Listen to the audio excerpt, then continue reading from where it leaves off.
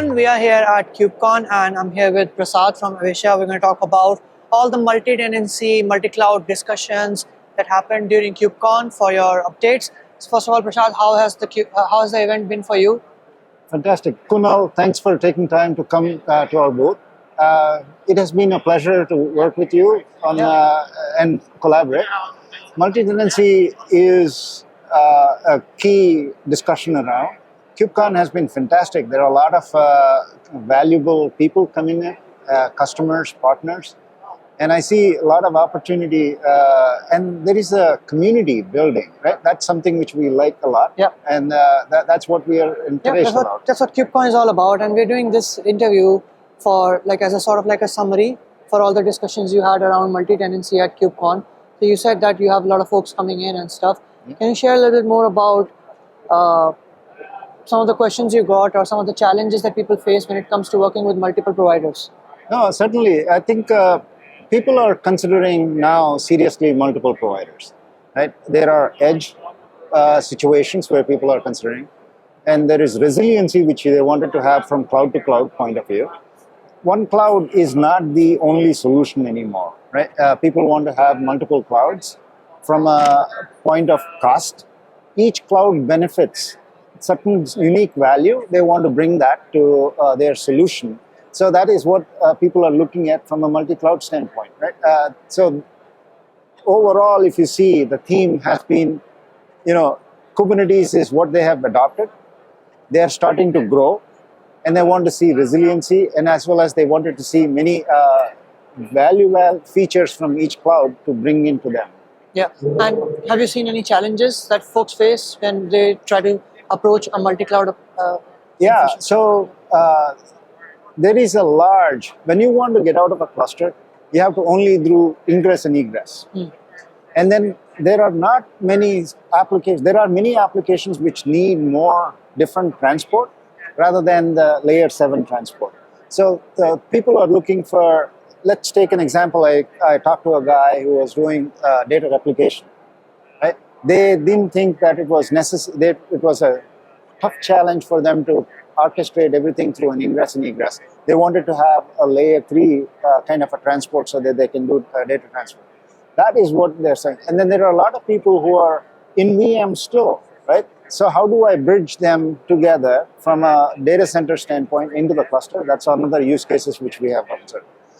If you go to, we gave a talk in data over Kubernetes, right? There are a lot of people who are talking about how do I get databases, how do I get images across. Those are all the things which we are seeing a lot of use cases on.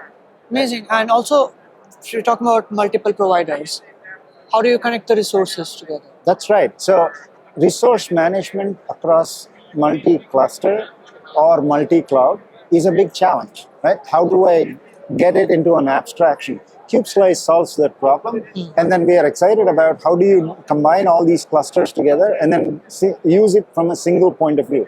One of the customer who is a big bank, he has come around, they were seeing the same problem because there are different divisions. Each division has different scale, and each one had to have different kind of resource constraints which they have, and security parameters which are different from, so all of them need to be bridged in. That is what we see a lot of. Amazing. And there's a track as well for multi-tenancy. That's right. At KubeCon. So are there any specific talks you really liked? Oh, there are many. Any highlights you would like to give? So one of the things which Kubernetes by itself, multi-tenancy is never a first-class citizen, right? So it is, there used to be built which is something called namespace as a service. But not everybody is a single namespace. You want to have multiple namespaces together. So that is what people are looking for in a multi-tenancy. There are a lot of talks which I've seen. In fact, Matt Klein, who is the Envoy founder, he was also here with us. And then we explained him what we are trying to do. And then he said, this is a unique way of doing things.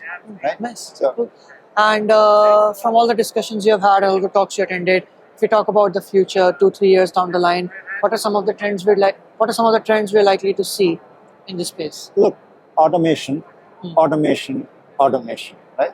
Everybody wants to have speed velocity they want to bring to the market. So application-wise, they want to distribute some of these applications. Not all applications can be in one stack, in one place. So they want to, let's take a retail industry, which somebody was talking about.